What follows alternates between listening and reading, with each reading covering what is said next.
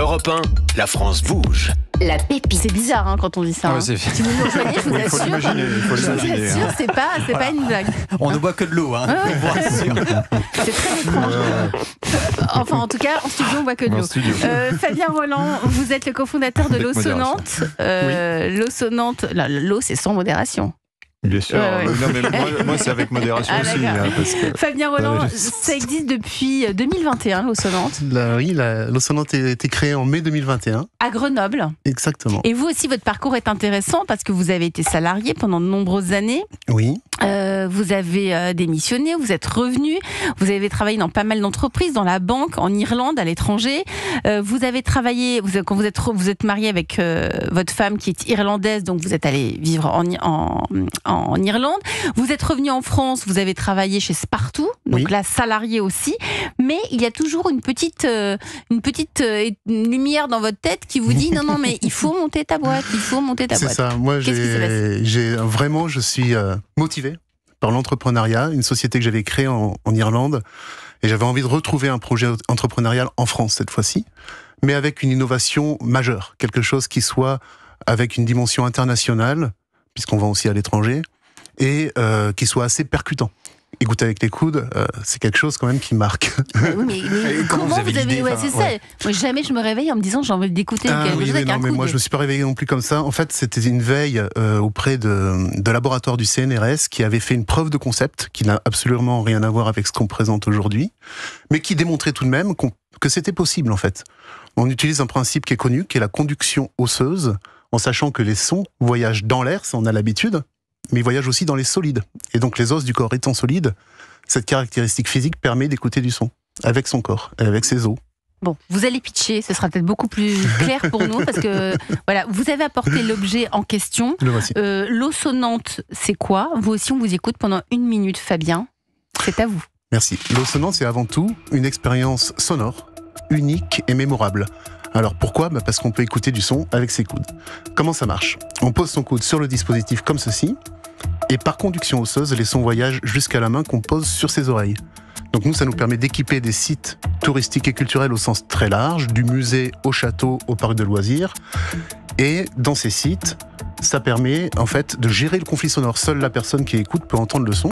Donc il n'y a pas de haut-parleurs qui envahissent l'espace, il n'y a pas non plus un parc de casques à gérer, ni un recours systématique au smartphone par exemple. Mais surtout, le plus important, c'est que les visiteurs de ces sites vont s'engager, vont s'impliquer dans la visite de façon très sensorielle et corporelle, donc ils vont s'en souvenir, ils vont être marqués, ils vont en parler autour d'eux, et ils vont renforcer l'attractivité des sites. Nous, ce qu'on aime par-dessus tout, c'est jouer avec la création sonore, la créativité finalement, l'émotion. On peut faire parler par exemple les fantômes ou les anciens résidents d'un château, on peut l'intégrer dans des arbres, faire parler des arbres par exemple. Voilà. Compose notre coude, l'auditeur ne peut pas écouter. C'est malheureusement radio. En tout cas, le pitch, on l'a tout entendu, mais avec nos oreilles. Avec nos oreilles. Moi, je vais pas utiliser mon coude. Non, merci. Autour de la table, vous en pensez quoi ? J'ai trouvé ça Allez, génial. L'objet ressemble pour nos auditeurs à une barre de son, en fait, à la base. C'est-à-dire que c'est assez long et avec 2 emplacements pour positionner ses coudes à distance respectable, de manière à ce qu'on puisse effectivement regarder l'œuvre ou une scène devant nous qui va être décrite avec l'appareil, j'imagine. C'est ça. On se place en fait devant un patrimoine qui peut être un patrimoine culturel comme une œuvre. Ça peut être aussi un patrimoine naturel comme des jardins, de châteaux, des fontaines, des paysages. Donc ça marche aussi en extérieur. D'accord. Ça offre une solution. Moi j'adore. Philippe, tu Oui, j'aime beaucoup la formule. Après, il faut le voir en situation. Parce que ça donne quoi ? Si par exemple je vais au château de Versailles, tout simplement, je vais au château de Versailles, je suis dans la galerie des glaces. Imaginons. Je donne quelque chose qu'on connaît à peu près tous, même si on n'est pas allé, mais on sait tous à quoi ça ressemble. C'est très minimaliste en plus. Je suis dans la galerie des glaces.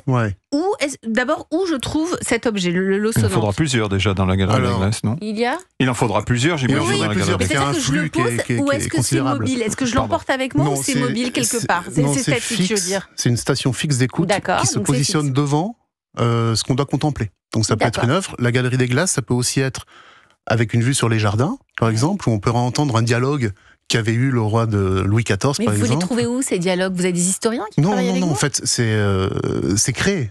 On n'est pas des historiens, nous. En fait, on est des équipementiers. Mais c'est créé par des boîtes sonores qui font des productions sonores. Qui font appel à vous. Exactement, ou l'inverse. J'ai compris, Benjamin. Et est-ce que ça permet à des personnes peut-être malentendantes d'entendre, vu que ça passe par la conduction osseuse ? Exactement, parce que là, ce qu'on fait, c'est qu'en posant sa main sur l'oreille, on fait un contact avec l'oreille interne. Donc si la déficience auditive de la personne est située plutôt sur l'oreille externe ou moyenne, alors elle peut quand même entendre. D'ailleurs, on a des témoignages de gens qui n'avaient pas entendu depuis 10 ans, notamment par exemple un visiteur du musée archéologique Saint-Laurent à Grenoble, qui a été ému aux larmes, et donc la directrice s'est empressée de nous faire part de son témoignage. Extraordinaire. Parce que on vit des émotions comme ça qui sont génial. Séverin Desmazeries, vous êtes le patron du domaine de Dampierre en Yvelines. Votre regard sur l'eau sonnante, c'est extraordinaire. C'est une super invention. Moi, j'ai eu la chance de la tester. Alors, j'ai oublié le site culturel, mais ça m'avait, évidemment, ça vous avait secoué. Voilà, ça avait éveillé ma curiosité et j'avais trouvé le concept génial. Donc, j'espère que vous allez équiper un maximum de sites dans les prochains mois. Oui, en fait là, on est en pleine croissance. C'est le principe de la start-up, c'est le chemin, la feuille de route en fait. Donc il y a tout un côté première année, deuxième année où on vient évangéliser un petit peu le marché parce que personne ne connaît, donc il faut bien décrire, expliquer, démontrer. C'est la pédagogie. Au début, quand c'est un objet aussi inattendu, c'est la pédagogie. Si vous êtes parmi nous ce soir sur Europe 1, on a compris, mais en effet, il y a toute cette notion de pédagogie à mettre en place. Donc c'est cette communication qu'il faut vraiment mettre en avant. Et heureusement pour cela, on a le coach de ce soir qui est Philippe Sauze. Europe 1. Le réseau La France Bouge. Alors Philippe, d'abord les points forts. Bon, je les ai un peu expliqués, mais la technologie de pointe déjà. Vraiment, on est très pointu. Tout est fabriqué en France, à Grenoble. Oui, tout est fabriqué, assemblé en France. Oui. Le confort et la santé auditive aussi, vous venez d'en parler, donc ça je passe rapidement. On a aussi l'adaptabilité à plusieurs usages, donc ça c'est intéressant parce qu'on peut faire d'autres choses avec, notamment dans le transport urbain, on peut le poser ailleurs aussi, cette barre. On peut la poser ailleurs, cette barre, donc je trouve ça intéressant. Et puis surtout, ce que j'ai remarqué, c'est vraiment la croissance, le marché est vraiment très important. Donc il y a vraiment des opportunités incroyables sur ce secteur-là. Tout à fait. Alors là, on est plutôt dans un contexte valorisation d'un patrimoine, mais on peut imaginer tout type de lieu public qui aurait un enjeu sonore, en fait. Voilà, donc c'est vraiment un produit. Alors c'est pas un produit quand même bon marché pour nos auditeurs. Alors donc c'est du B2B, c'est pas vous n'allez pas le prendre chez vous. C'est combien Benjamin voulait en prendre un, mais il a reculé. C'est un château chez lui. Chez lui, je voulais l'offrir à Philippe. Voilà, c'est ça. Pour mes vieux coudes. Il faudrait faire un code promo pour Benjamin. Non, mais combien ça coûte pour par exemple, si Séverin a envie de l'installer au sein du château du domaine de Dampierre en Yvelines.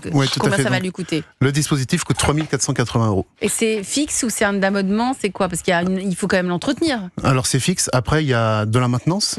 Voilà, où on vient s'assurer du bon fonctionnement de l'appareil. D'accord. Et vous êtes connecté derrière. Bien sûr, l'électricité, plus derrière une prise Internet ou pas ? Alors en fait, il a son propre réseau Internet, ce qui permet d'être autonome. On peut télécharger les sons, changer les sons. Ce qui est utile pour un certain nombre de sites historiques qui peuvent être mal desservis d'un point de vue. Exactement. Donc vos clients, ce sont par exemple des châteaux ou autres, ou des musées, et entre les deux, il faut trouver des entreprises d'historiens qui vont enregistrer le dialogue de Marie-Antoinette qui se promène par exemple dans les jardins du château de Versailles, et qu'on s'imagine la scène. Alors de temps en temps, le client lui-même a déjà des sons qu'il aimerait bien diffuser, mais qui peut pas. Donc on offre un moyen finalement de valoriser ces sons qu'ils ont déjà.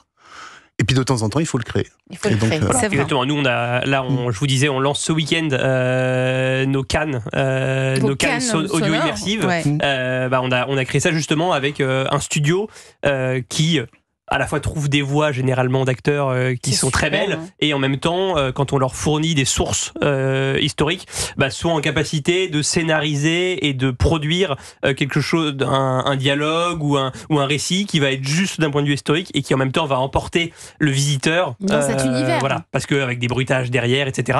Donc nous, on a travaillé avec Comine, alors je crois qu'ils vont changer de nom bientôt, mais c'est leur nom actuel, qui est qui était super à ce niveau-là. Mais voilà, il pourrait tout à fait travailler en effet en collaboration avec l'Eau-Sonnante. Complètement. Philippe, comment aider Fabien pour l'Eau-Sonnante à se faire connaître, voilà, parce que c'est de la pédagogie.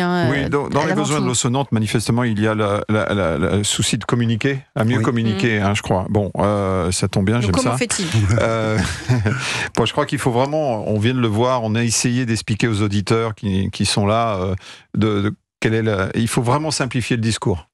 Vraiment simplifier le message, l'expérience avant technologie, il faut vraiment expliquer, simplifier. Montrer des preuves concrètes aussi. Alors j'en parle souvent. La vidéo, toujours, des témoignages, des cas d'usage. Vous êtes présent sur les réseaux sociaux ? Oui, sur LinkedIn. Voilà. Oui, mais c'est quand même quelque chose qui se regarde. À mon avis, il y a de l'image à mettre en place. Je pense que YouTube, par exemple, vous pouvez faire des vidéos explicatives qui pourraient vous emmener dans une expérience. Bon, je vois Séverin qui opine du chef, donc manifestement, on est dans la bonne tendance. Et puis, il faut aussi vraiment démontrer cet usage concret. Et adapter la communication aussi aux décideurs. Donc pour parler clair, donc un pitch clair pour les institutions, mettre en avant l'accessibilité culturelle, et puis aussi voir un petit peu le ROI qui peut exister sur une machine, sur un appareil de 3800, et voir prouver que ça ramène des visiteurs. Et ça va intéresser Séverin après, ou d'autres directeurs généraux. Donc, je pense qu'il faut vraiment insister là-dessus. Donc, vidéo, message clair, et puis derrière, une petite étude de cas de manière à voir exactement ce qu'il en est en termes de rentabilité. Pas mal, hein ? Vous avez pris les notes ? C'est tout enregistré, là. Non. Quand vous dites sur YouTube, faut un savoir-faire maintenant. Il faut savoir faire des vidéos. Oui, mais je pense que dans l'entourage, il y a toujours quelqu'un qui est capable de faire des vidéos. Alors c'est vrai que maintenant, c'est de plus en plus sophistiqué avec notamment les appareils qui proposent sur le marché pour faire des vidéos et tout. Mais c'est faisable, quoi. Voilà. Après, il faut écrire le bon scénario. Oui. Voilà. Donc il faut écrire une histoire. Il faut toujours écrire une histoire. Et je crois que vous avez tellement de choses à raconter par rapport à l'appareil que vous avez créé. Je trouve que c'est relativement simple. Et puis en plus, on parle d'un univers qui est sympathique, c'est le son. Donc on peut mettre des musiques, on parlait des voix tout à l'heure. Ça peut être varié, il y a du varié, choix. Voilà, donc je pense que vraiment ça peut être très, très sexy comme approche. Nous sommes toujours avec Fabien Rolland, c'est la start-up de ce soir, le cofondateur de l'Eau-Sonnante. L'Eau-Sonnante grâce à nos coudes. Oui, c'est très sérieux. Grâce à nos coudes, on peut, à travers une machine, on peut écouter de la musique ou des témoignages ou de l'histoire dans des musées par exemple. Et vous êtes installé où là aujourd'hui ? Alors on a 80 sites équipés en France et à l'international. Le premier c'était la Cité des Sciences à Paris. On est aussi très fiers d'avoir équipé le Mont Saint-Michel. Un endroit magnifique pour valoriser tout le patrimoine naturel autour de l'abbaye et pas simplement diriger les flux vers l'abbaye. Les flux de tourisme. Et vous avez installé combien de barres de son au Mont Saint-Michel ? Au Mont Saint-Michel, il y a 3. 3 barres.